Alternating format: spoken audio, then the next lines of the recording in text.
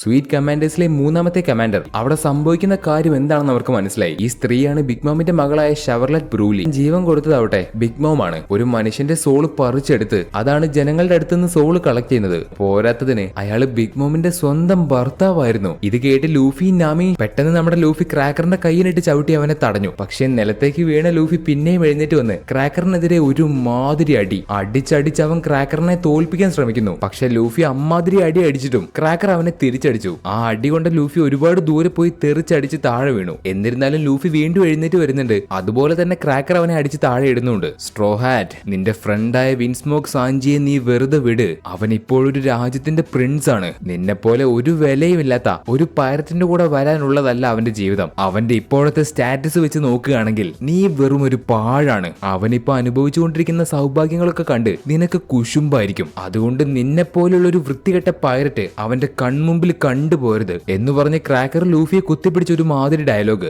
എന്നാൽ അവൻ പറയുന്നതൊന്നും നമ്മുടെ ലൂഫി ചെവിക്കൊണ്ടില്ല. അവിടെ വെച്ച് നമ്മുടെ ലൂഫി അവന്റെ വജ്രായുധം പുറത്തെടുക്കുന്നു. ഗിയർ 4 ബൗൺസ് മാൻ. അടുത്ത നിമിഷം നമ്മുടെ ലൂഫി ചാടി വന്ന് ക്രാക്കറിനിട്ട് ഒരു ഒറ്റ പഞ്ച്. അവനെ കൊണ്ട് ആ ഒരു പഞ്ച് തടുക്കാൻ കഴിഞ്ഞില്ല. ലൂഫി എങ്ങനെ തെറിച്ചടിച്ച് നിലത്തേക്ക് വീണോ അതുപോലെ ക്രാക്കറും വീഴുന്നു. ശേഷം ലൂഫിയുടെ അടുത്ത പഞ്ചില് ക്രാക്കർ ബിസ്ക്കറ്റ് പൊടിയുന്നത് പോലെ പൊടിഞ്ഞു. എന്നാൽ അപ്പോഴാണ് പുതിയൊരു ട്വിസ്റ്റ്. ആ പൊട്ടിപ്പോയ ക്രാക്കറിന്റെ ശരീരത്തിന്റെ അകത്ത് നിന്ന് പുതിയൊരു മനുഷ്യൻ പുറത്തേക്ക് ഇറങ്ങി വന്നു. ഇവനാണ് ശരിക്കുള്ള ക്രാക്കർ, സ്വീറ്റ് ജനറൽ ക്രാക്കർ. ഇത്രയും നേരം അവന്റെ ബിസ്ക്കറ്റ് പവർ കൊണ്ട് ഉണ്ടാക്കിയ ബിസ്ക്കറ്റ് വാരിയേഴ്സിനെ യൂസ് ചെയ്തിട്ടാണ് അവൻ ഫൈറ്റ് ചെയ്തത്. പക്ഷെ നമ്മുടെ ലൂഫി ആ ബിസ്ക്കറ്റ് വാരിയറിനെ മറികടന്ന് അതിനെ പൊട്ടിച്ചു. അതുകൊണ്ട് ഒറിജിനൽ ക്രാക്കർ പുറത്തേക്ക് വന്നു. എന്നിട്ട് അവൻ ലൂഫിയുടെ കൂടെ ഫൈറ്റ് ചെയ്യാൻ ഒരുപാട് ബിസ്ക്കറ്റ് വാരിയേഴ്സിനെ ഉണ്ടാക്കുന്നു. അങ്ങനെ ലൂഫിയും പുറത്തേക്ക് വന്ന ക്രാക്കറും അവൻ ഉണ്ടാക്കിയ ഒരുപാട് ബിസ്ക്കറ്റ് വാരിയേഴ്സും ചേർന്ന് ഫൈറ്റ് ചെയ്യാണ്. മറ്റൊരു ഭാഗത്ത് നമ്മുടെ സാഞ്ചി നിൽക്കുന്ന സ്ഥലത്തേക്ക് അവന്റെ ചേച്ചി വന്നിട്ട് അവനോട് പറയും നാളെ അവർക്ക് കല്യാണത്തോടനുബന്ധിച്ച് ബിഗ് മോമിന്റെ കൊട്ടാരത്തിൽ വെച്ചൊരു ചെറിയ മീറ്റിംഗ് ഉണ്ട്. അത് കൂടാൻ വേണ്ടി അവന്റെ 2 ബ്രദേഴ്സും വരുന്നുണ്ട്. ആ ഒരു കാര്യം കേൾക്കുന്ന സാഞ്ചിക്ക് ഒട്ടും ഇഷ്ടപ്പെടുന്നില്ല. കാരണം അവന്റെ അച്ഛനെ മാത്രമല്ല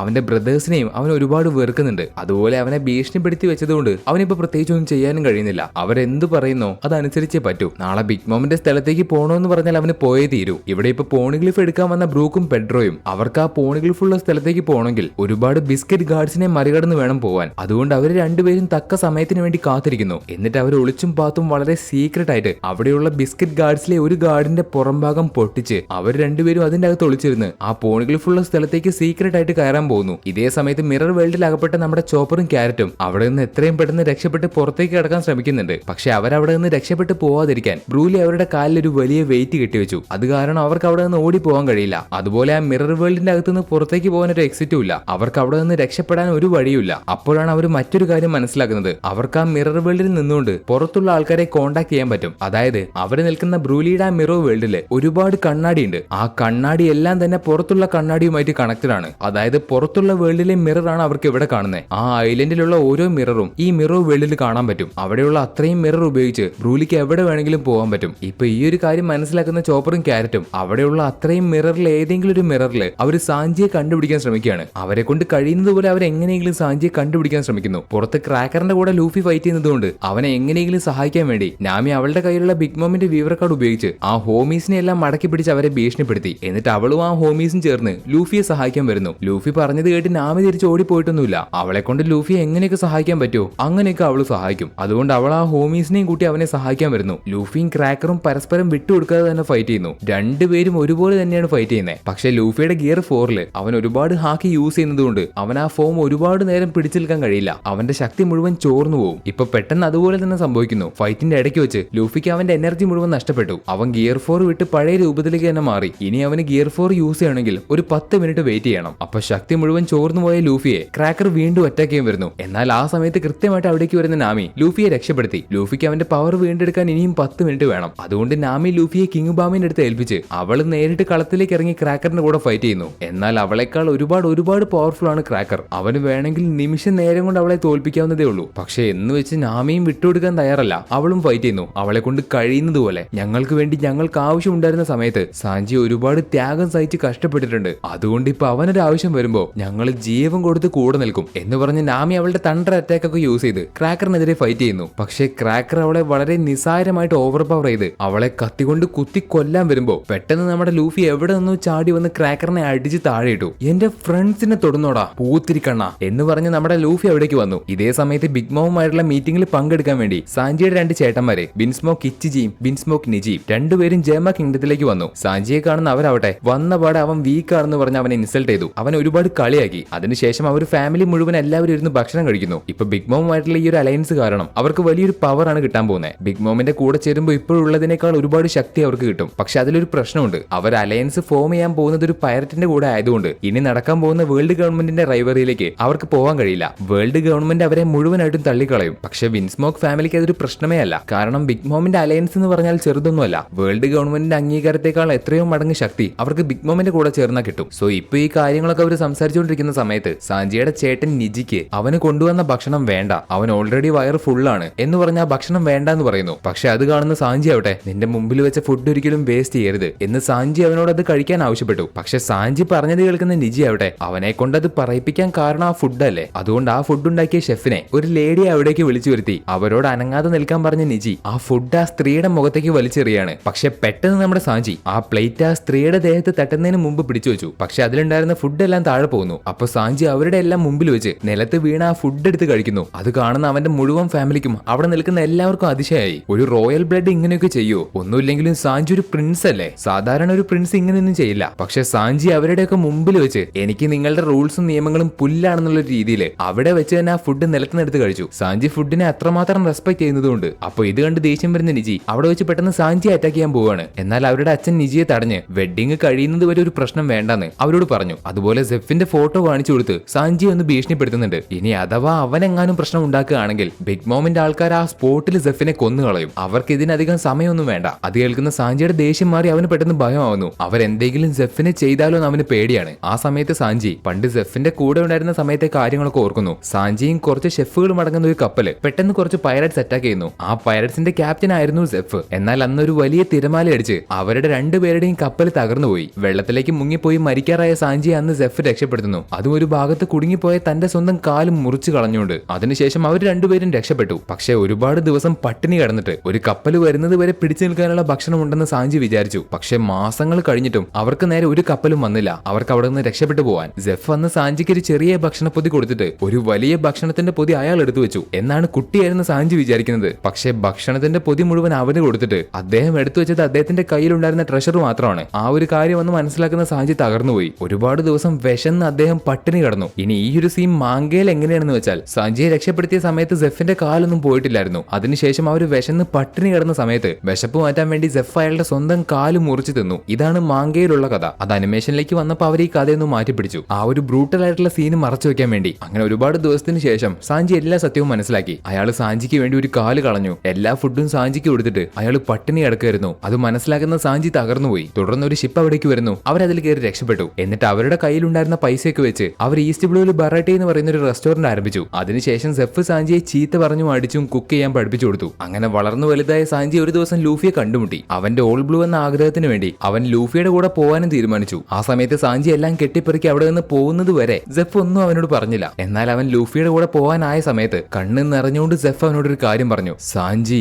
അസുഖം പിടിക്കാതെ നോക്കണേടാ. അത് കേട്ട സാഞ്ചി അവിടെ വെച്ച് പൊട്ടിക്കരഞ്ഞു. അത്രയും വർഷം അവനെ നോക്കിയതിനും അവനെ സഹായിച്ചതിനും അയാൾ ചെയ്ത എല്ലാ കാര്യത്തിനും സാഞ്ചി അവിടെ നിന്ന് പോകുന്നതിന് മുമ്പ് അവൻ അവിടെ വെച്ച് മുട്ടുകുത്തി തല കുനിച്ച് അദ്ദേഹത്തോട് നന്ദി പറഞ്ഞു. അദ്ദേഹം ചെയ്തു കൊടുത്ത എല്ലാ കാര്യങ്ങളും അവൻ മറക്കില്ല എന്നും പറഞ്ഞു. ഇപ്പൊ പ്രസന്റിൽ അദ്ദേഹത്തിന്റെ ഫോട്ടോ കാണിച്ചു കൊടുത്ത് സാഞ്ചിയുടെ അച്ഛൻ അവനെ ഭീഷണിപ്പെടുത്തി ബിഗ് മോമിന്റെ കാസലിലേക്ക് പോകാൻ അവനോട് തയ്യാറാവാൻ പറയുന്നു. അങ്ങനെ ഇപ്പൊ മിറോ വേൾഡിൽ അകപ്പെട്ട ക്യാരറ്റും ചോപ്പറും അവിടെ വെച്ച് സാഞ്ചിയെ എങ്ങനെയെങ്കിലും കണ്ടുപിടിക്കാൻ വേണ്ടി ശ്രമിക്കുന്നു. പക്ഷെ എത്ര അന്വേഷിച്ചിട്ടും സാഞ്ചിയെ കണ്ടുപിടിക്കാൻ കഴിയുന്നില്ല. ആ സമയത്ത് പെട്ടെന്ന് ബ്രൂലി ഒളിച്ചിരിക്കുന്ന അവരെ കണ്ടുപിടിച്ച് അവരെ പിടിക്കാൻ വേണ്ടി അവരുടെ പുറകെ പോകുന്നു. ബ്രൂലിയുടെ കയ്യിൽ കുടുങ്ങി അവർ തീർന്നു. അതുകൊണ്ട് ബ്രൂലി അവരെ പിടിക്കാതിരിക്കാൻ അവർ ഓടുന്നു. അവരുടെ കാലിൽ ചങ്ങല കൊണ്ട് കെട്ടിവെച്ച ഒരു വലിയ വെയിറ്റ് ഉണ്ടായതുകൊണ്ട് അവർക്ക് അത്ര പെട്ടെന്ന് ഓടി രക്ഷപ്പെടാൻ കഴിയില്ല. പക്ഷെ അവരെങ്ങനെയൊക്കെയോ ബ്രൂലി കാണാതെ ഒളിച്ചിരിക്കുന്നു. ആ ഒളിച്ചിരിക്കുന്ന സമയത്ത് സാഞ്ചി ബിഗ് മോമിന്റെ കാസലിലേക്ക് വരാൻ പോകുന്നു എന്നുള്ള കാര്യം അവരറിയുന്നു. മറ്റൊരു ഭാഗത്ത് ജർമ്മ കിങ്ഡത്തിലെ ആ നേരത്തെ കാണിച്ച ആ ലേഡി ഷെഫ് നേരത്തെ സംഭവിച്ച കാര്യങ്ങളും സാഞ്ചി അവളെ സഹായിച്ചതും ആ കാര്യങ്ങളൊക്കെ ഓർത്ത് അവള് സാഞ്ചിയെ കുറിച്ച് വളരെ റൊമാൻറ്റിക് ആയിട്ട് ആലോചിച്ച് നിൽക്കുന്ന ആ ഒരു സമയത്ത് അവളുടെ അടുത്തേക്ക് നിജി വരുന്നു. നേരത്തെ സാഞ്ചിയാണ് അങ്ങനെയൊക്കെ കാണിച്ചു കൂട്ടിയതെങ്കിലും അതിന് കാരണക്കാരി ആയത് ഈ സ്ത്രീയാണല്ലോ. അതുകൊണ്ട് അവിടെ വെച്ച് അവൻ ആ സ്ത്രീയെ ഒരു ദയയില്ലാതെ അടിച്ച് താഴെയിട്ടു. അതിനുശേഷം സാഞ്ചി ആ വഴിയിലൂടെ വന്ന് നോക്കുമ്പോൾ ആ സ്ത്രീ വളരെ ക്രൂരമായിട്ട് പരിക്കുപറ്റി താഴെ കിടക്കുന്നു. അത് ചെയ്തത് അവന്റെ സ്വന്തം പുന്നാര ചേട്ടന്മാരാണെന്ന് സാഞ്ചിക്ക് അറിയാം. ഒരു സ്ത്രീയോട് അങ്ങനെ കരുണയില്ലാതെ പെരുമാറിയത് കണ്ട് സാഞ്ചിക്ക് ദേഷ്യം വരുന്നു. ഡോക്ടേഴ്സിനെ വിളിച്ച് സാഞ്ചി എത്രയും പെട്ടെന്ന് അവളെ ട്രീറ്റ് ചെയ്യാൻ വേണ്ടി പറഞ്ഞയക്കുന്നു. ഇതിനുശേഷം യോഞ്ചി സാഞ്ചിയുടെ അടുത്തേക്ക് വന്ന് അവനെ ജർമ്മയുടെ സീക്രട്ട് ആയിട്ടുള്ള ഒരു സ്ഥലത്തേക്ക് വിളിച്ചുകൊണ്ട് പോകുന്നു.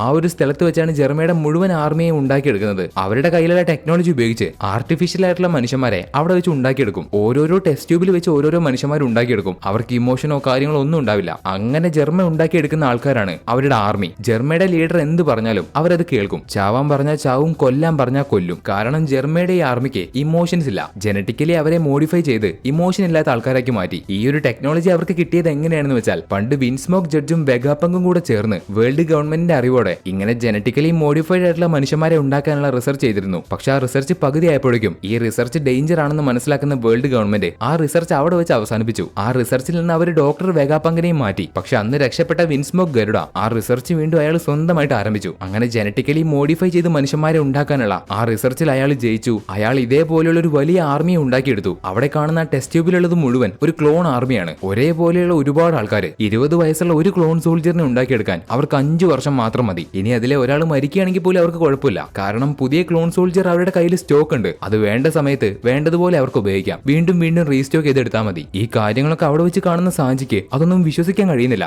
5 വർഷം കൊണ്ട് ക്ലോൺ ആയിട്ടുള്ള മനുഷ്യന്മാരെ ഉണ്ടാക്കുക. അവർക്ക് ഇമോഷൻ ഇല്ല. അവരെ വെച്ച് എന്ത് വേണമെങ്കിലും ചെയ്യിപ്പിക്കാൻ പറ്റും. ഇനി വേണമെങ്കിൽ അവർ മരിക്കാനും തയ്യാറാണ്. കടയിൽ പോയി സാധനങ്ങൾ വാങ്ങുന്നത് പോലെ ആൾക്കാരെ സ്റ്റോക്ക് ചെയ്ത് വെച്ചിരിക്കുക. അതും മനുഷ്യന്മാരെ. അതൊന്നും സാഞ്ചിക്കൊട്ടും അംഗീകരിക്കാൻ കഴിയുന്നില്ല. അവൻ അതെല്ലാം കണ്ട് ദേഷ്യം വരുന്നു. ആ സമയത്ത് അവിടേക്ക് നിജിയും ഇച്ചിജിയും വന്നു. അപ്പൊ നിജിയെ കണ്ട് സാഞ്ചിക്ക് ഒന്നുകൂടെ ദേഷ്യം വന്നു. അവനൊരു സ്ത്രീയോട് ഒരിക്കലും അങ്ങനെ ചെയ്യാൻ പാടില്ലായിരുന്നു. അപ്പൊ അവനോട് ദേഷ്യം വന്ന സാഞ്ചി ഓടി വന്ന് അവന്റെ മുഖത്തിനിട്ട് ഒരൊറ്റ ചവിട്ട്. പക്ഷെ സാഞ്ചി വീണ്ടും ഫൈറ്റ് ചെയ്യുന്നതിന് മുമ്പ് അവര് വീണ്ടും സെഫിനെ കൊല്ലുമെന്ന് പറഞ്ഞ് സാഞ്ചിയെ ഭീഷണിപ്പെടുത്തി. അതുകൊണ്ട് മാത്രം സാഞ്ചി അവരൊന്നും ചെയ്യുന്നില്ല. പക്ഷെ ഒരു ഇമോഷനും ഇല്ലാത്ത അവര് 3 പേരും ആവട്ടെ അവിടെ വെച്ച് സാഞ്ചിയെ പട്ടിയെ തല്ലുന്നത് പോലെ തല്ലി ചവിട്ടി കൂട്ടി. അങ്ങനെ സാഞ്ചി അവരുടെ എല്ലാം തല്ലുകൊണ്ട് നിലത്ത് കിടക്കുന്നു. ഇനി നമുക്ക് സാഞ്ചിയുടെ ബാക്ക് സ്റ്റോറി കാണാം. സാഞ്ചിയുടെ ആ പാസ്റ്റ് എന്തായിരുന്നു എന്ന് ഇപ്പോഴാണ് കാണിക്കുന്നത്. വിൻസ്മോക്ക് ജഡ്ജിന് മൊത്തം 4 മക്കളുണ്ട്. മൂത്ത മകളാണ് വിൻസ്മോക്ക് റേജു. വിൻസ്മോക്ക് ജഡ്ജിന്റെ ആദ്യത്തെ മകൾ. അവൾക്ക് സൂപ്പർ ഹ്യൂമൻ സ്ട്രെങ്ത്തും നമ്മൾ ഇതിനു മുമ്പ് കണ്ട പോയിസൺ വലിച്ചെടുക്കാനുള്ള ശക്തിയും അത് ജന്മന കിട്ടിയതാണ്. അതും ജെർമയുടെ ടെക്നോളജി ഉപയോഗിച്ച്. പക്ഷെ റേജുവിന് സാഞ്ചിയെ പോലെ ഇമോഷൻ ഉണ്ട്. അവള് മറ്റുള്ള മക്കളെ പോലെ അല്ല.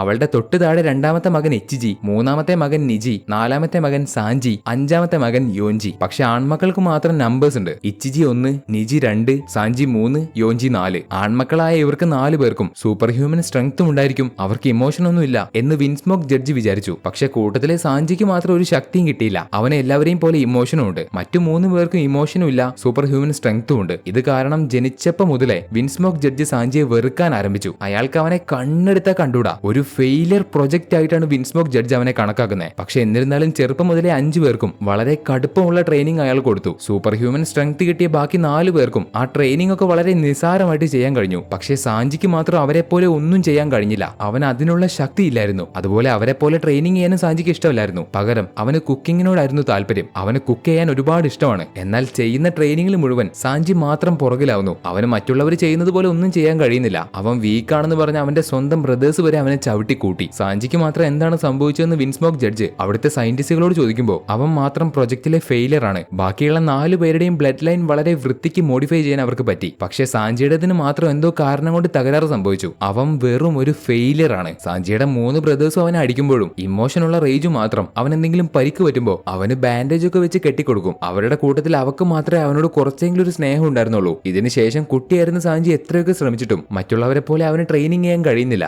അതുകൊണ്ട് വിൻസ്മോക്ക് ജഡ്ജ് ഒരു കാര്യം തീരുമാനിച്ചു. എല്ലാവരുടെയും മുമ്പിൽ വെച്ച് സാഞ്ചി മരിച്ചുപോയെന്ന് കാണിച്ച് അവന്റെ ഒരു ഫ്യൂണറൽ നടത്തി. എന്നിട്ട് മറ്റാരും കുട്ടിയായിരുന്ന സാഞ്ചിയെ കാണാതിരിക്കാൻ, മറ്റാരും അവനെ മനസ്സിലാക്കാതിരിക്കാൻ അയാൾ അവന്റെ തലയിൽ ഒരു മെറ്റൽ ഹെൽമെറ്റ് വെച്ചു കൊടുത്തു. ഒരു ലോക്കുള്ള മെറ്റൽ ഹെൽമെറ്റ്. അവനെ കൊണ്ട് അത് അഴിച്ചെടുക്കാൻ കഴിയില്ല. ഇനി ഫുഡ് കഴിക്കാനാണെങ്കിൽ ഫുഡ് കഴിക്കേണ്ട സമയത്ത് ആ ലോക്ക് അഴിച്ചു കൊടുക്കും. അങ്ങനെ മറ്റാരും കാണാതിരിക്കാൻ സാഞ്ചിയെ ഒരു ജയിലിന്റെ അകത്ത് അയാൾ അടച്ചു വെച്ചു. തന്റെ സ്വന്തം അച്ഛനാണ് തന്നോട് അങ്ങനെ ചെയ്തതെന്ന് അറിയുന്ന കുട്ടി സാഞ്ചി ആ ജയിലിന്റെ അകത്ത് വെച്ച് തകർന്നുപോയി. തന്റെ മറ്റു 4 മക്കളും പുറത്തു വെച്ച് നല്ല പ്രകടനം കാഴ്ചവെക്കുമ്പോൾ അത് കണ്ട് അയാൾ സന്തോഷിച്ച് അവരെ കെട്ടിപ്പിടിക്കുമ്പോൾ മറ്റൊരു ഭാഗത്ത് സാഞ്ചി ജയിലില് ഒന്നും അറിയാതെ കടന്നു. ആ ജയിലിന്റെ അകത്ത് വെച്ച് സങ്കടത്തോടെ ഭക്ഷണം കഴിക്കുന്ന സാഞ്ചി അവന്റെ അമ്മയെ ഓർക്കുന്നു. ഒരുപാട് മുമ്പ് അസുഖം ബാധിച്ചിരുന്ന അവന്റെ അമ്മയ്ക്ക് വേണ്ടി കുട്ടിയായിരുന്ന സാഞ്ചി സ്വന്തമായിട്ട് ഭക്ഷണം ഉണ്ടാക്കി മഴയത്ത് സ്വന്തമായിട്ട് കൊടയും പിടിച്ച് അവൻ ആ ഭക്ഷണവുമായിട്ട് അവന്റെ അമ്മയ്ക്ക് കൊടുക്കാൻ വേണ്ടി പോകുന്നു. എന്നാൽ നല്ല ശക്തിയായ മഴ ആയതുകൊണ്ട് അവന്റെ കൊടയൊക്കെ പറന്നുപോയി. അവൻ കൊണ്ടുവരുന്ന ഭക്ഷണത്തിൽ ഒരുപാട് അഴുക്ക് പറ്റി. പക്ഷെ എന്നിരുന്നാലും കഷ്ടപ്പെട്ട് സാഞ്ചി അവന്റെ അമ്മയെ കാണാനെത്തി. അപ്പൊ അവൻ കൊണ്ടുവന്ന ഫുഡ് നാശമായത് കാണുന്ന അവിടുത്തെ മേട് ആ ഫുഡ് മാറ്റി പകരം മറ്റൊരു നല്ല ഫുഡ് അവൻ കൊണ്ടുവന്നതാണെന്ന് പറഞ്ഞ് അവന്റെ അമ്മയ്ക്ക് കൊടുക്കുന്നു. പക്ഷെ സാഞ്ചിയുടെ മുഖം കാണുന്ന അവന്റെ അമ്മയ്ക്കാവട്ടെ സംഭവം മനസ്സിലായി. അവൻ കൊണ്ടുവന്ന ഭക്ഷണം എന്തായാലും കുഴപ്പമില്ല, എന്റെ മോൻ ഉണ്ടാക്കിയ ഭക്ഷണം കൊണ്ടുപോകാന്ന് പറഞ്ഞ് സാഞ്ചിയുടെ അമ്മ നിർബന്ധിച്ച് അവൻ ഉണ്ടാക്കിയ ആ വേസ്റ്റ് ആയ ഫുഡ് കഴിക്കുന്നു. ആ ഭക്ഷണം കഴിക്കുന്ന അവന്റെ അമ്മയാവട്ടെ ആ ഭക്ഷണം നന്നായിട്ടുണ്ടെന്ന് സാഞ്ചിയോട് പറഞ്ഞു. അവൻ കൊണ്ടുവന്ന ഭക്ഷണം അത്രയും മോശമാണ്, വായിലേക്ക് വെക്കാൻ കൊള്ളില്ല. എന്നിരുന്നാലും അവന്റെ അമ്മ അവന് വേണ്ടി അവനെ സങ്കടപ്പെടുത്താതിരിക്കാൻ ആ ഭക്ഷണം നല്ലതാണെന്ന് പറഞ്ഞു. അത് കേൾക്കുന്ന നിൽക്കുന്ന സാഞ്ചിക്ക് ഒരുപാട് സന്തോഷമായി. അതിനുശേഷം അസുഖം ബാധിച്ചിരുന്ന അവന്റെ അമ്മ മരിച്ചുപോയി. സാഞ്ചി വീണ്ടും ഒറ്റയ്ക്കായി. ഇപ്പൊ ജയിലിന്റെ അകത്തിരുന്ന് ഈ കാര്യങ്ങളൊക്കെ ഓർക്കുന്ന സാഞ്ചി പിന്നീടുള്ള ദിവസങ്ങളിൽ കുക്ക് ചെയ്യേണ്ടത് എങ്ങനെയാണെന്ന് പഠിക്കുന്നു. ഒരുപാട് ബുക്ക് വായിച്ചും പ്രാക്ടീസ് ചെയ്തും അവൻ ഒരുപാട് കാര്യങ്ങൾ പഠിച്ചു. ആ ഒരു സമയത്ത് അവൻ ആ ജയിലിന്റെ അകത്തുണ്ടെന്ന് അറിയുന്ന അവന്റെ ബ്രദേഴ്സ് അവര് 3 പേരും ചേർന്ന് അവിടേക്ക് വന്ന് അവനെ വീണ്ടും അടിക്കുന്നു. ഇതിനുശേഷം ജർമ്മ കിങ്ഡം മുഴുവനായിട്ടും ഒരു യുദ്ധത്തിന് വേണ്ടി ഈസ്റ്റ് ബ്ലൂയിലേക്ക് പോകുന്നു. അവരുടെ ജർമ്മ കിങ്ഡം മുഴുവനായിട്ടും സ്പ്ലിറ്റ് ചെയ്ത് ആ ട്രാൻസ്പോണ്ടർ സ്നെയിലിനെ പോലെ ഇരിക്കുന്ന ഓരോ ഷിപ്പുകളും ആ റെഡ് വാളിന്റെ മുകളിലൂടെ കയറി അവർ ഈസ്റ്റ് ബ്ലൂയിലേക്ക് എത്തി. അങ്ങനെ ഈസ്റ്റ് ബ്ലൂയിലേക്ക് എത്തിയ ജർമ്മ കിങ്ഡം അവിടെ യുദ്ധം ആരംഭിച്ചു. ആ ഒരു സമയമായപ്പോഴേക്കും സാഞ്ചിക്കും മടുത്തു. അവൻ എങ്ങനെയെങ്കിലും അവിടെ നിന്ന് ഓടിപ്പോകണമെന്ന് ആഗ്രഹിക്കുന്നു. ആരെങ്കിലും അവനെ ഒന്ന് തുറന്നു വിട്ടിട്ടുണ്ടെങ്കിൽ അവൻ അവിടെ നിന്ന് രക്ഷപ്പെട്ടു പോകും. ആ ഒരു കാര്യം സാഞ്ചി അവന്റെ ചേച്ചിയോട് പറഞ്ഞു. അവൻ അവിടെ നിന്ന് രക്ഷപ്പെട്ടിട്ട് ഒരു കുക്കാവണം. അവൻ ആ ഒരു ഫാമിലിനെ ഒരിക്കലും വേണ്ട. അവന്റെ അച്ഛന്റെ മുഖം കാണണ്ട എന്ന് പറഞ്ഞ് സാഞ്ചി സങ്കടത്തോടെ അവന്റെ ചേച്ചിയുടെ മുമ്പിൽ വെച്ച് പൊട്ടിക്കരയുന്നു. അപ്പൊ സാഞ്ചിയുടെ അവസ്ഥ കാണുന്ന അവന്റെ ചേച്ചി അവിടെ ആ ജയിലിന്റെ സെല്ല് വളച്ച് അവന് വേണ്ടി തുറന്നു കൊടുത്തു. നിനക്ക് കിട്ടുന്ന ഒരേ ഒരു ചാൻസ് ഇതാണ്. ഒരിക്കലും ഈ ഒരു ചാൻസ് പാഴാക്കി കളയരുത്. ഇവിടെ നിന്ന് എങ്ങനെയെങ്കിലും രക്ഷപ്പെട്ട് പോവാൻ നോക്ക്. അങ്ങനെ സാഞ്ചി അവന്റെ ചേച്ചിയുടെ സഹായത്തോടെ ആ സെല്ലിന്റെ അകത്തുനിന്ന് പുറത്തേക്ക് വന്നു. എന്നാൽ അവന്റെ തലയിലുള്ള ഹെൽമെറ്റ് അടിക്കണമെങ്കിൽ അവന്റെ അച്ഛന്റെ കയ്യിലുള്ള കീ വേണം. അതുകൊണ്ട് സാഞ്ചി ആരും അറിയാതെ അവന്റെ അച്ഛന്റെ റൂമിൽ പോയിട്ട് ആ കീ എടുത്ത് അവിടെ നിന്ന് രക്ഷപ്പെടാൻ ശ്രമിക്കുമ്പോൾ ആ സമയത്ത് അവന്റെ അച്ഛൻ അവിടേക്ക് അത് കണ്ടുകൊണ്ട് വന്നു. സാഞ്ചി, നീ എന്താ ഇവിടെ ചെയ്യുന്നേ? എനിക്ക് നിങ്ങളുടെ ഈ നശിച്ച നരകത്തിൽ നിൽക്കണ്ട. എനിക്ക് ഇവിടെ നിന്ന് എങ്ങനെയെങ്കിലും രക്ഷപ്പെട്ട് പുറത്തേക്ക് പോകണം. അത് കേട്ട് അവന്റെ അച്ഛൻ അവനോട് പറയുന്നത് അവിടെ, സാഞ്ചി, ഇവിടെ നിന്ന് രക്ഷപ്പെട്ട് പോകാനാണെങ്കിൽ നീ എവിടേക്ക് പോവും? ഈ കടൽ ഒരിക്കലും നിനക്ക് ചേർന്നതല്ല. പ്രത്യേകിച്ച് നിന്നെപ്പോലൊരു വീക്ക് ആയിട്ടുള്ള ഒരുത്തൻ എവിടെ പോയാലും മരിക്കും. അത് കേട്ട് സാഞ്ചി അവന്റെ അരയിലുള്ള കത്തി എടുത്ത് നീട്ടി. അതിലെന്താ, ഞാൻ ചത്താലെന്താ നിങ്ങൾക്ക്? എന്നെ നിങ്ങൾ തടയാൻ ശ്രമിക്കണ്ട. അതിനവന്റെ അച്ഛൻ, എന്നാൽ അത്രയും നല്ലത്. നീ ഒരു ഉപകാരമില്ലാത്തവനാണെന്ന് അറിഞ്ഞിട്ട് പോലും ഞാൻ നിന്നെ ഇത്രയും ദിവസം കൊണ്ടു നടന്നു. കാരണം ഞാനൊരു മനുഷ്യനല്ലേ. എനിക്ക് എന്റെ സ്വന്തം മകനെ കൊല്ലാൻ കഴിയില്ലല്ലോ. അതുകൊണ്ട് വെറും ഒരു വേസ്റ്റ് ആയിരുന്നു നിന്നെ ഇത്രയും ദിവസം ഞാൻ തീറ്റി പോറ്റി. ഇപ്പൊ നീ സ്വന്തമായിട്ട് ഇവിടെ നിന്ന് പോവാൻ തീരുമാനിച്ചതല്ലേ. അതുകൊണ്ട് എവിടേക്ക് വേണമെന്ന് വെച്ചാ പോയിക്കോ. ഒരിക്കലും തിരിച്ചു വരരുത്. അതുപോലെ ഒരിക്കലും ആരോടും ഞാൻ നിന്റെ അച്ഛനാണെന്ന് പറയരുത്. എന്നിങ്ങനെ അവന്റെ അച്ഛൻ അവനോട് പറഞ്ഞത് കേട്ട സാഞ്ചി പതിയെ പുറത്തേക്ക് ഇറങ്ങി പോകുന്നു. അതുപോലെ അവർ രണ്ടുപേരും പറഞ്ഞ എല്ലാ കാര്യവും പുറത്തു നിന്ന് റേജുവും കേൾക്കുന്നുണ്ടായിരുന്നു. അവക്ക് പോലും അത് കേട്ട് സഹിക്കാൻ കഴിഞ്ഞില്ല. അതിനുശേഷം സാഞ്ചിയുടെ തലയിലുള്ള മാസ്ക് അടിച്ചു മാറ്റി അവനും റേജുവും പുറത്തേക്ക് വന്നു. അപ്പൊ അവിടെ നിന്ന് പോകുന്ന ഷെഫുകളുടെ ഒരു കപ്പൽ അവർ കണ്ടു. പക്ഷെ സാഞ്ചി ആ കപ്പലിൽ കയറാതെ അവൻ അവിടെ നിന്ന് കരയുന്നു. സാഞ്ചി, എത്രയും പെട്ടെന്ന് ആ കപ്പലിൽ കയറാൻ നോക്ക്. സാഞ്ചി, നീ ഒരാണല്ലേ, ഇങ്ങനെ കരയല്ലേ. ഞാൻ പറയുന്ന കാര്യം ശ്രദ്ധിച്ച് കേക്ക്. ഇവിടെ നിന്ന് പോയാൽ പിന്നെ ഒരിക്കലും തിരിച്ചു വരരുത്. അതുകൊണ്ട് ആ ഷിപ്പിലേക്ക് കയറാൻ നോക്ക്. എന്നെങ്കിലും ഒരു ദിവസം നീ ഒരുപാട് നല്ല ആൾക്കാരെ കണ്ടുമുട്ടും. അതുകൊണ്ട് സാഞ്ചി, ഇവിടെ നിന്ന് പോ. ഇവിടെ നിന്ന് എങ്ങനെയെങ്കിലും ഓടിപ്പോ എന്ന് പറഞ്ഞ് റേജു പൊട്ടിക്കരഞ്ഞുകൊണ്ട് ആ ഷിപ്പിലേക്ക് കയറാൻ വേണ്ടി അവള് സാഞ്ചിയെ തള്ളി പറഞ്ഞയക്കുന്നു. അവനോട് ഒരിക്കലും തിരിഞ്ഞു നോക്കാതെ അവൾ ഓടാൻ പറഞ്ഞു. അങ്ങനെ കുട്ടിയായിരുന്ന സാഞ്ചി ചങ്ക് പൊട്ടുന്ന വേദനയില് ആ കപ്പലിലേക്ക് കയറുന്നു. ആ കപ്പലിൽ ഉണ്ടായിരുന്ന ഷെഫുകളോട് തനിക്ക് തിരിച്ചു പോണ്ട, അവനെയും കൂടെ അവരുടെ കൂടെ കൂട്ടണം എന്ന് സാഞ്ചി കരഞ്ഞു പറയുമ്പോ അവരെല്ലാവരും സാഞ്ചിയെ അവരുടെ കൂടെ കൊണ്ടുപോകുന്നു. പിന്നീട് ബാക്കി സംഭവിച്ച കഥയെല്ലാം നമുക്കറിയാലോ. സാഞ്ചി സെഫുമായിട്ട് കണ്ടുമുട്ടി ഒരുപാട് കഷ്ടപ്പെട്ട ഒരു റെസ്റ്റോറന്റ് ആരംഭിച്ചു. ശേഷം സാഞ്ചിയുടെ ആഗ്രഹത്തിന് വേണ്ടി അവൻ ലൂഫിയുടെ കൂടെ ഇറങ്ങി തിരിച്ചു. അങ്ങനെ ഒരിക്കലും തിരിച്ചു വരില്ല എന്ന് അവൻ വിധി എഴുതി അവന്റെ ഫാമിലിയിലേക്ക് തന്നെ അവൻ തിരിച്ചു വന്നു. എന്നിട്ട് ഇപ്പൊ അവരെല്ലാവരും ചേർന്ന് അവനെ ചവിട്ടി കൂട്ടി താഴെ ഇടുന്നു. അവന്റെ ബ്രദേഴ്സ് അവിടെ നിന്ന് പോയതിനു ശേഷം അവന്റെ ചേച്ചി റേജു അവിടേക്ക് വന്ന അവന്റെ അവസ്ഥ കണ്ട് അവനെ കൂട്ടിക്കൊണ്ടു പോകുന്നു. അടികൊണ്ട സാഞ്ചിയുടെ മുഖത്തിന്റെ ഷേപ്പ് മാറാൻ വേണ്ടി ഒരു മാസ്ക് റേജു അവന്റെ മുഖത്തേക്ക് ഇട്ടുകൊടുത്തു. അങ്ങനെ അവന്റെ മുഖത്തെ തടിച്ചു വന്ന ഷേപ്പ് എല്ലാം മാറി അവന്റെ മുഖം പഴയതുപോലെയായി. നേരത്തെ സാഞ്ചി ആ ഷെഫ് ലേഡിയെ സഹായിച്ചത് ആലോചിക്കുന്ന റേജു അവൻ എപ്പോഴാണ് സ്ത്രീകളെ ഇത്രത്തോളം റെസ്പെക്ട് ചെയ്യാൻ പഠിച്ചതെന്ന് ചോദിക്കുന്നു. അതിന് കാരണം ചെറുപ്പത്തിൽ സാഞ്ചി സെഫിന്റെ കൂടെ ഉണ്ടായിരുന്ന സമയത്ത്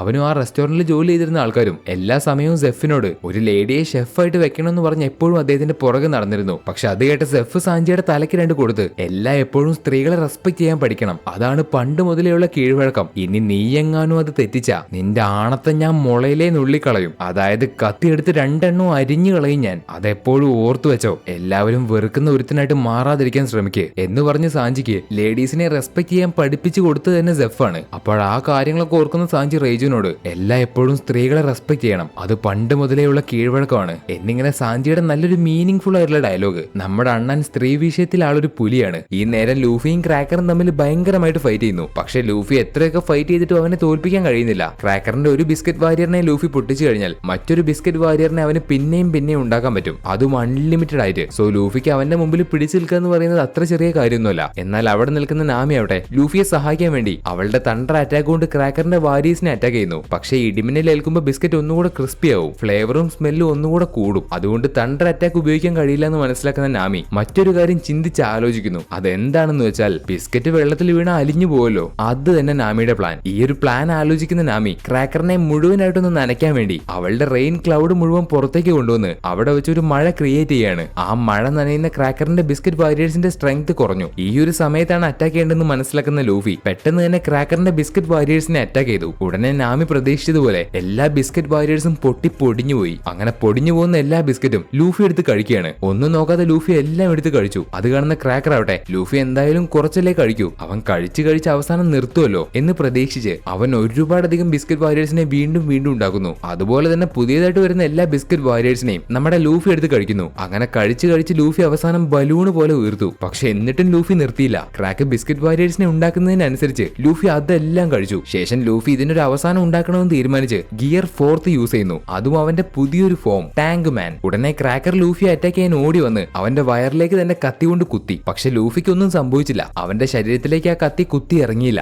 ഉടനെ ലൂഫി എന്ത് ചെയ്യുമെന്ന് വെച്ചാൽ ഇത്രയും നേരം ഹാർഡായിരുന്ന അവന്റെ ബോഡി മുഴുവൻ സോഫ്റ്റ് ആക്കി മാറ്റി അവനെ കത്തി കൊണ്ട് കുത്തി നിൽക്കുന്ന ക്രാക്കറിനെ അവന്റെ വയറിലേക്ക് വലിച്ചെടുത്തു. അപ്പൊ ക്രാക്കറിനാവട്ടെ അവനെ തിരിച്ചൊന്നും ചെയ്യാൻ കഴിയുന്നില്ല. അങ്ങനെ ലൂഫി ക്രാക്കറിനെ കാനോൺ ബോൾ വലിച്ചെറിയുന്നത് പോലെ അവന്റെ വയറുകൊണ്ട് തന്നെ വലിച്ചെടുത്ത് ദൂരത്തേക്ക് ഒരു ഒറ്റ ഏറ്. അങ്ങനെ ക്രാക്കർ എല്ലാത്തിലും ചെന്ന് തട്ടി അവസാനം ബിഗ് മോമിന്റെ സ്ഥലത്തേക്ക് തന്നെ ചെന്ന് അടിച്ചു വീണു. ഇതോടെ അവസാനം ക്രാക്കർ ലൂഫിയുടെ മുമ്പിൽ തോറ്റു പോകുന്നു. ക്രാക്കർ തോറ്റുപോയ കാര്യം അറിഞ്ഞ് ബിഗ് മോമിന്റെ ഐലൻഡിലെ എല്ലാവരും അത്ഭുതപ്പെടുന്നു. ബിഗ് മോമിന്റെ കൂട്ടത്തിലുള്ള ചെറിയൊരാളെയല്ല ലൂഫി തോൽപ്പിച്ചത്, സ്വീറ്റ് ജനറൽസിലെ തന്നെ ഒരു ജനറലിനെയാണ് ലൂഫി തോൽപ്പിച്ചത്, അതും ബിഗ് മോമിന്റെ ശക്തനായ ഒരു മകനെ. ഈ കാര്യം അറിയുന്ന അവർ എത്രയും പെട്ടെന്ന് വോൾക്കേക്ക് ഐലൻഡിലെ എമർജൻസി അലാറം ഓൺ ചെയ്തു. ക്രാക്കറിനെയും തോൽപ്പിച്ച് സന്തോഷത്തോടെ നിൽക്കുന്ന ലൂഫിയുടെ നാമയുടെ അടുത്തേക്ക് ബിഗ് മോമിന്റെ ഭർത്താവായിട്ടുള്ള പോണ്ട്, ആ വലിയ തലയുള്ള മനുഷ്യൻ വരുന്നു. നിങ്ങളിപ്പോ ചെയ്തത് കാരണം നിങ്ങൾക്ക് വലിയൊരു പ്രശ്നം തന്നെയാ വരാൻ പോകുന്നത് എന്ന് പോണ്ട് അവരോട് പറയുന്നു. അതിന് കാരണം സ്വീറ്റ് ജനറൽസിലെ സ്നാക്ക് എന്ന് പറയുന്ന ഒരു ജനറൽ പണ്ടൊരു പൈററ്റ്സിന്റെ മുമ്പിൽ തോറ്റുപോയി. അതുപോലെ ക്രാക്കറിന്റെ ഫ്ലീറ്റിനും അവരെ പിടിച്ചു നിർത്താൻ കഴിഞ്ഞില്ല. ആ സമയത്ത് ദേഷ്യം വന്ന ബിഗ് മോം ആവട്ടെ ഒരു വലിയ കൊടുങ്കാറ്റ് തന്നെ ഉണ്ടാക്കി. ആ കൊടുങ്കാറ്റിൽ അവരുടെ ശത്രുക്കൾ മുഴുവൻ തകർന്നില്ലാതായി. ബിഗ് മോമിന്റെ അടുത്ത് വെതർ എലമെന്റ്സ് ഉണ്ട്, അതായത് സൂര്യനും മേഘവും. അതിൽ സൂര്യന്റെ പേരാണ് പ്രൊമത്തിയസ്,